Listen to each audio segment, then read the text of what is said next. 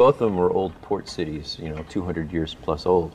But Baltimore had been gentrified, or a lot of it had been knocked down, or there were fires and things like that. When did New Orleans become the location? The notion of New Orleans was floated initially for the tax incentives. Yeah, right around Thanksgiving of '04 is when it started to come into play. We started getting these photos back, and I remember Don coming to my office and saying, this is pretty interesting. New Orleans is actually, it's not what we talked about, but check this out. What helped it translate from Baltimore to there is that there's a lot that still feels the same, so the storyline could easily just be slightly changed and yet intact. Sometimes you'd have 360s. It bled off onto the sides of the sets where it still was 200 years ago, 100 years ago. Yeah. It really felt like it was meant to always be in New Orleans. After we were there shortly, it felt like the story couldn't have taken place in Baltimore. This is where it should be.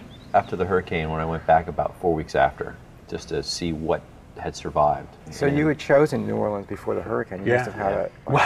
Bob, it's like, we have to schedule around this now. Originally schedule around the National Guard. Katrina hit while you were doing Zodiac, and then I think we wrapped Zodiac at the end of February, and the next day we went to New Orleans to see if it was feasible. Bill was already out there, and we walked around. And the one thing that was so odd was wandering around and not hearing dogs barking, not hearing birds, and no children. It was just anywhere. It was so quiet. It had this haunted quality. The more time we spent there in prep, the more it just felt like it started to come together visually. It felt like it had been wiped clean, and we had this old New Orleans back. Was there a point where you thought we can't shoot here, or we have to find another city? We put together a whole report for everyone about what could and couldn't be done, and obviously there was, the Public Works Department was non-existent.